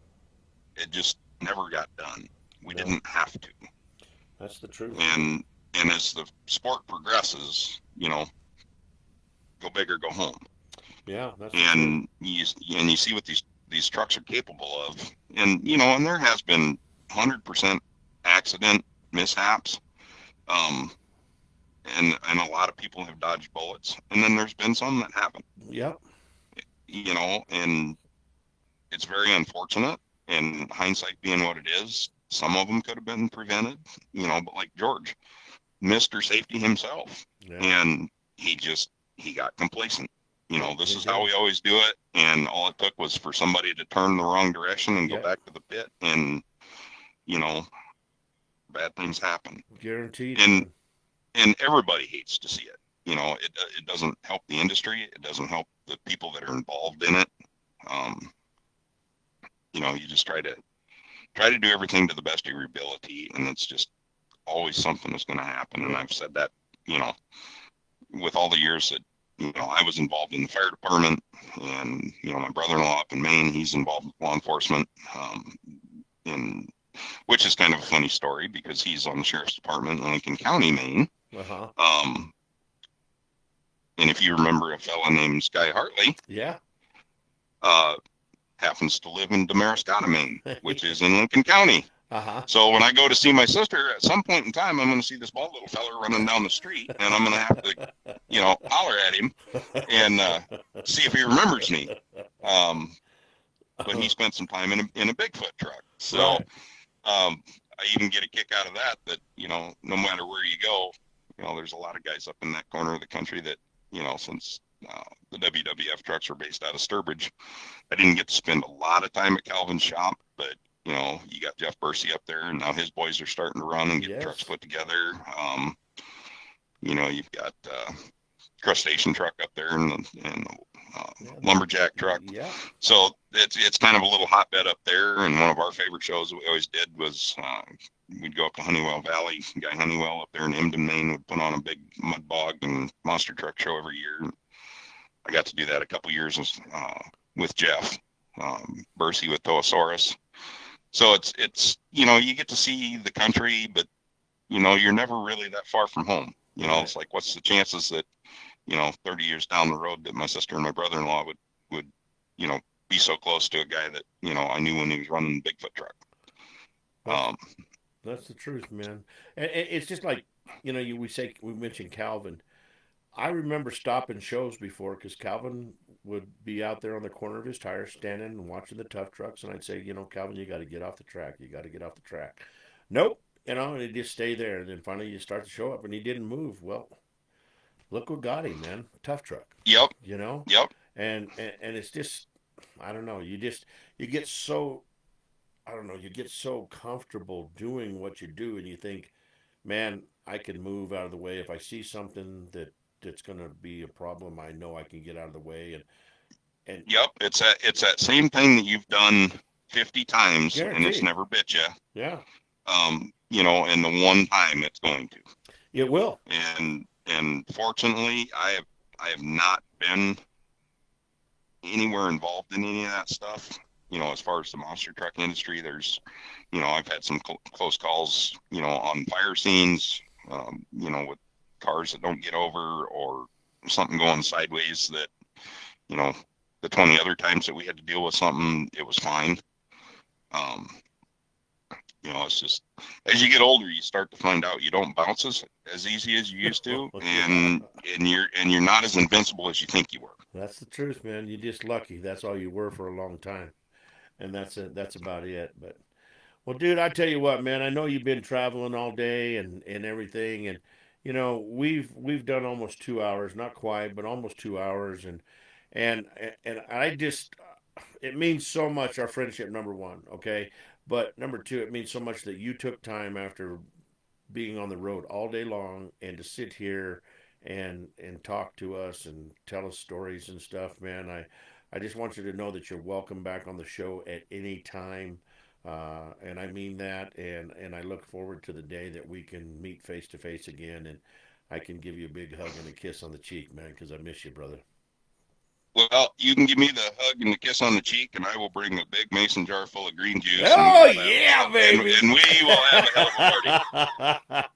I think we got to do it in Waterloo, though, man. I don't know. I know Tony's on here. Tony, does Monster X still do a show in Waterloo? I mean, If they don't, they should. I That guarantee. that was actually, as to my understanding, that was one of Stanley's Or first Taylor. indoor Taylor's on here shows, too. first indoor show that Stanley ever booked, and Oh he held man, on to it for a lot of years. God, he was And gone. I don't even know how to make green juice anymore. I couldn't remember the combination of it. I've got the recipe. I Do will you? send it to you just for old time's Oh sake. my God, I'll make it and then I'll drink it and then I'll want to run and because green juice And makes you run fast. it does. It makes you super fast. But yeah, no, and I mean, you had Amber on here. Her and I were on, Schaefer's team there for a long time. You got BJ coming up, and him and I spent a lot of time. We all ran for Paul about the same time. And like I said, some of us, really, really stuck it and stayed in the industry. Guaranteed. BJ jumped in and he got in with Monster Jam and got tied in with Gas Monkey, and it's awesome to see the guys that you'd spend the weekend with, getting those stepping stones and getting to that level of performance and getting to take it that far. Um,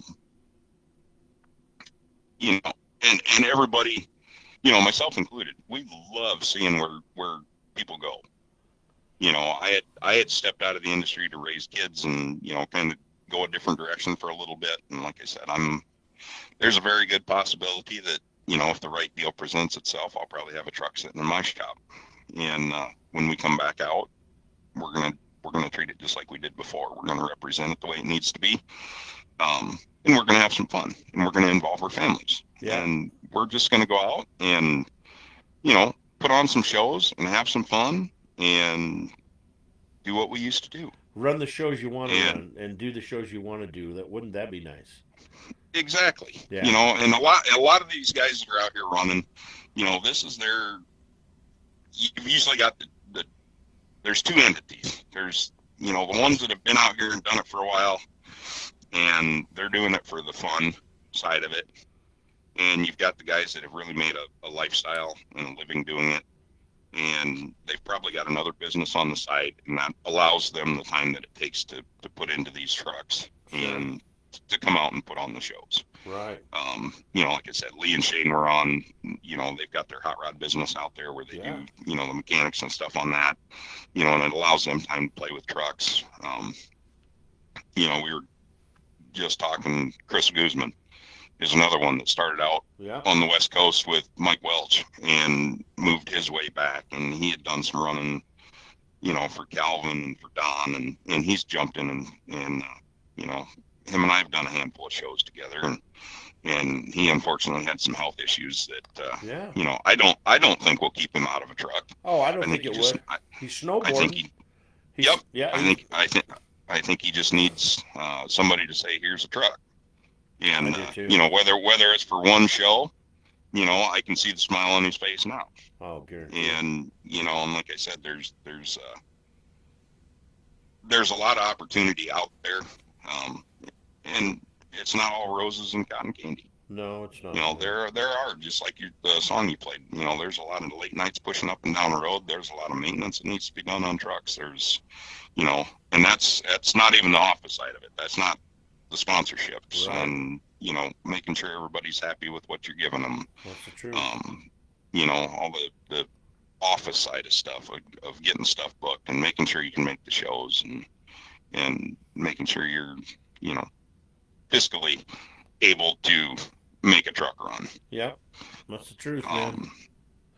Um, so there's so many of our guys that we used to race with and gals that have really gone a long way and stuck with it and have really gone places that we sit back knowing that we ran on the same teams with them or you know stuff like that, and we're happy for them because they got to take their dreams and they got to run with them. And some of us, it's just taking us a little longer. Yeah, that's the truth.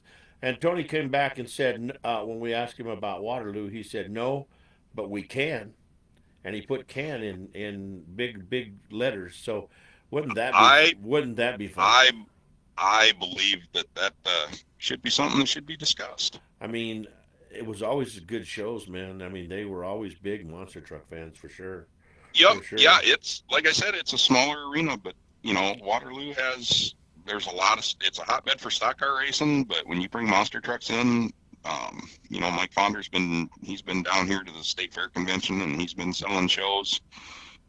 There's a lot of racetracks and stuff. Like I said, they're down in Cedar Rapids, Iowa, this weekend, and I believe they're up in Rochester, Minnesota next weekend. Right. So if anybody that's listening's got any spare time on their hands, I believe both of them are two shows on Saturday. Cedar Rapids, I think, is a 1 o'clock and a 7 o'clock, or a 1:30 and 7:30 show, and I believe they're running the same schedule up in Rochester, Minnesota, at the Mayo Civic Center the next weekend. Right. Right. Hey, Tony, before we shut off for the night, let's give me some information on where Monster X Tour is going to be this weekend, and if somebody's listening and they can go to a show and check out an X Tour show. So you or Taylor, type in where you guys are going to be this weekend, and I'll make sure that I announce it and let everybody know. But Scott, I appreciate you, man, so much. I'm gonna say goodbye to you, and I'm gonna do that with a song that's kind of a tribute to folks like myself and Taylor that are the Monster Truck Ringmaster, and that's what I called the name of the song was Monster Truck Ringmaster. It's about the life of an announcer flying out on Thursday, and we were the lucky ones. We got to fly out on Thursday, do the show, and then fly home on Sunday. And we didn't spend a lot of time on the road, and it's one of those things that was my life, and uh, I never did. I mean, I could have. I think I could have went with Don King and learned to drive and had some, but I just couldn't. I couldn't do that. I had other jobs. So, but Scott, Yep. thank you so much, bro. I appreciate you very much. All right. Let me know whenever you'd like to have me back. I would love to come back and tell some more stories and talk about green juice, and we'll forget about the hill. Oh, look at here, Dave Rife's on here, man. My brother from another mother. Somebody will be cool enough to make a show. Well, Dave, if you've looked at your phone, I've tried to call you several times, my brother, but I have not gotten a. I've been ghosted by you. I love you, man, and I want you on the show for sure. I want you on the show. So, you I have bel my I number. bel I believe that that is the David Rife. Uh, That yeah. that would be down south David Rife and Yeah. not Michigan Dave Rife. Oh, okay. Well, that I did now that you're right. It is right. But David Reif, I'll have you on the show. We worked some shows together. I know we did, and when you first started. So yeah, just 303 Give me a call, or you can hit me up at jeffrichards327 at gmail.com. And as quick as this song's over, I'll give you those addresses and that email or that phone number and those email addresses again. But Scott Chisum, you get you some rest. And Melissa said, great interview, brother. Lots of love. All right, we'll talk to you later. Thank you, sir. All right, brother. Have a good night, man. And I'll talk to you later. Be safe out there. Tell the wife I said hi, okay? I will do. All right. Thank you. All right. Guys, we'll be right Mm. back. This next song here is called Monster Truck Ringmaster. Hopefully, I'll get something from Tony here about where Monster X Tour is going to be this weekend coming up, and we'll make it happen for you. So we'll be right back here on Pedal to the Metal.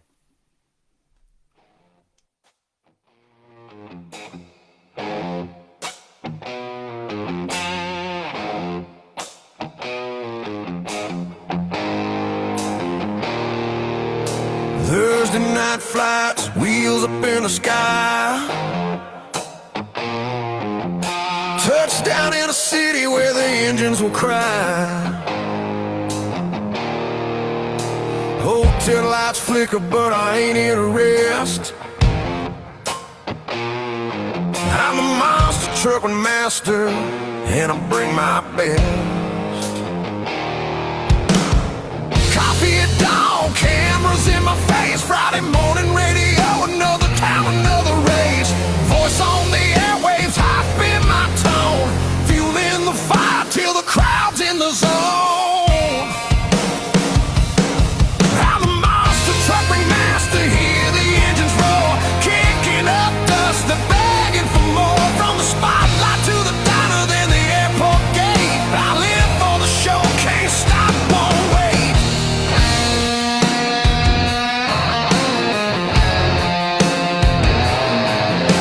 Late night dinners when the lights go down.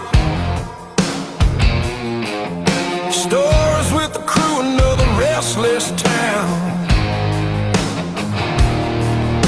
4 hours of sleep, then I'm back on track. With the first flight out, no time to look back. Friday morning TV, tell the world it's showtime. Crowds pack the stands, engines screaming, prime through the smoke and thunder. I raise my hand, I'm the monster truck ringmaster. Welcome to the promised land. I'm the monster truck ringmaster, hear the engines roar, kicking up dust.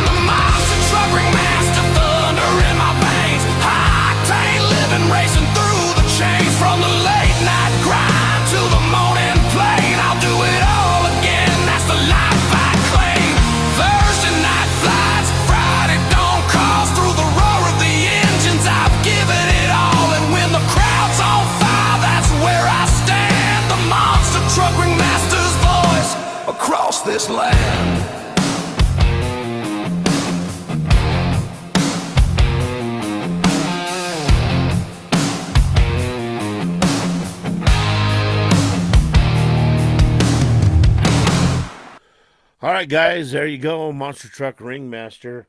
All right, David, I see that you privately sent me a message. We will talk soon, and I will get you on the show here. Tony and the Monster X Tour are going to be in Cedar Rapids, Iowa, guys. They got a packed show. There's monster trucks, there's drones, there's mini bikes, there's pit bikes, there's outlaw wing carts, and lawnmower racing. This is a show that you shouldn't miss. If you are close, and I'm saying close within 100 miles, you should go to this show. There's going to be two shows, and I'm sure they're going to be Saturday shows. One will be Saturday at, and I just, if, Tony, if I'm wrong, you can correct me. I'll still give you some time. But they're usually Saturday shows, and they start with a great pit party starting at 12 o'clock, and it goes from 12 to 1. And then the showtime is at 1:30. And then there's a second show that starts at 6 with a pit party, and that goes to 7 o'clock with a showtime at 7:30. Monster X Tour, guys. Monster X Tour is where you got to go to check out all the action, and this one is going to be a packed show. They got monster trucks, drones, mini bikes, pit bikes, outlaw wing carts, and lawnmower racing. Man, that's a fun show. That's going to be a good show, and you can't miss it. I know they'll have a ride truck there, and first show in Cedar Rapids on dirt. There you go. There you go, man. So anyway, I thank you guys very much for being with us tonight and listening to Scott Chisum. I enjoy bringing these stories to you guys. This is stuff from my past and good friends that I still keep in touch with. And I love to see the bantering going back and forth between everybody in the comment section and stuff. And it just makes for a really awesome show. So thank you guys very much. I know it's late, and we'll probably, I don't know, let's see here. What we got. Maybe we can go out with just one more song here. Let's just try here. Let's just try here.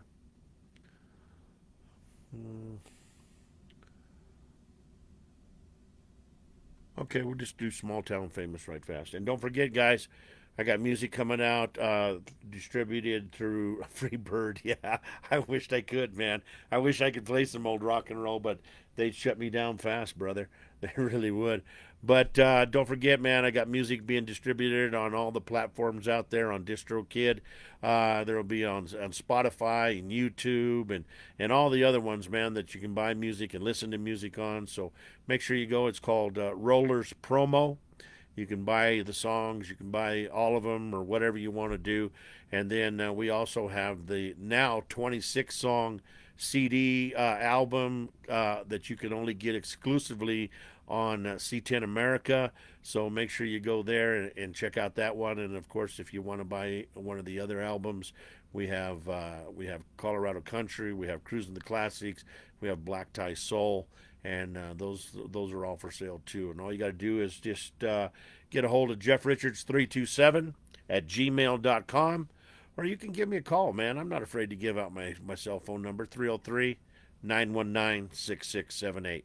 This is Roller. I appreciate you guys. I love you guys. I'll see you Sunday. Don't forget, BJ Johnson, the bad boy of monster trucks, is going to be on the show, and we're going to have some fun, man, right there, guaranteed. And let's see here what Scott said. How about What a Wonderful World? Oh, yeah. You remember that, don't you, dude? No, I still can't do it, man, because of copyrights. I can't do it, brother. I'm surprised you even remembered that, man. God, that's crazy. Yeah, no, that's pretty good. So I haven't done that in a long time. I'm gonna have to go get the song and see if I can still do it. I gotta have to have a couple of whiskeys first, though. A couple of whiskeys there, Mr. Scott. But anyway, guys, I'll talk to you guys later. Thank you very much. I love you. Have a safe weekend, and hug those loved ones. Okay, hug them a lot. Tell them you love them. That's very special to them in their world. Yeah, I'm small town famous. Woo! Small town famous. Yeah. Just a porch light and a beat-up case. Mama saying, boy, don't run too fast. Playing for the mirror, playing for the wall, dreaming bigger than this gravel path. Radio hum and a six-pack crowd, stars on the hood of a hand-me-down, singing low so the world don't hear, but I swear I feel them listening now. Every mile I drove, every note I played was a step toward a bigger stage, yeah. I'm small town famous, Friday night loud, county fair lights and a shouting crowd. Might not be Nashville, might not be gold, but they know my name when the story's told. Hands in the air, singing every line, yeah, for a few good minutes, man, I'm doing just fine. Might not be rich, but I sure ain't nameless tonight in this town. I'm small town famous.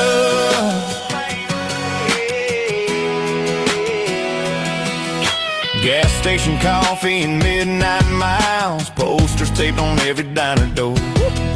Buddy selling shirts out the back of the truck, kids wanna hear that second encore. Granddad's hat in the front row seat, high school friends stomping their boots to the beat. Ain't no limo, just a long dirt drive, but this stage feels 10 feet high.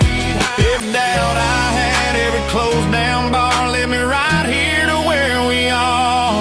I'm small town famous, Friday night loud, count fair lights and a shouting crowd. Might not be Nashville, might not be gold, but they know my name when the story's told. Hands in the air, singing every line, yeah, for a few good minutes, man, I'm doing just fine. Might not be rich, but I sure ain't nameless tonight in this town. I'm small town famous.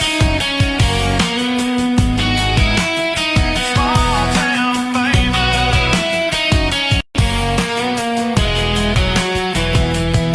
Maybe tomorrow is back to work, back to punching that clock on time. But right now, this mic, these lights, this song, man, this moment's mine.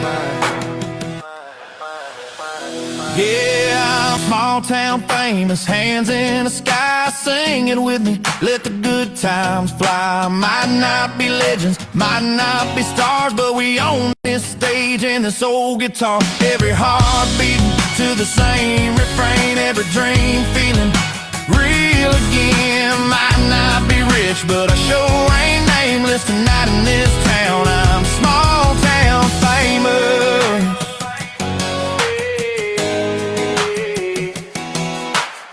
Just a porch light and a beat-up cake. All right, everyone, that's going to wrap it up for this episode of Pedal to the Metal. I want to send out a huge thank you to each and every one of you for tuning in and supporting the show. I also want to thank all of our amazing sponsors. You're the ones that help keep the wheels turning, and we truly appreciate you. Be sure to join us every Wednesday and Sunday. We kick things off with music at 6 p.m. each night, and the full show starts at 7 p.m. Mountain Standard Time. Until next time, keep the pedal down, heads high, and we'll see you at the next show.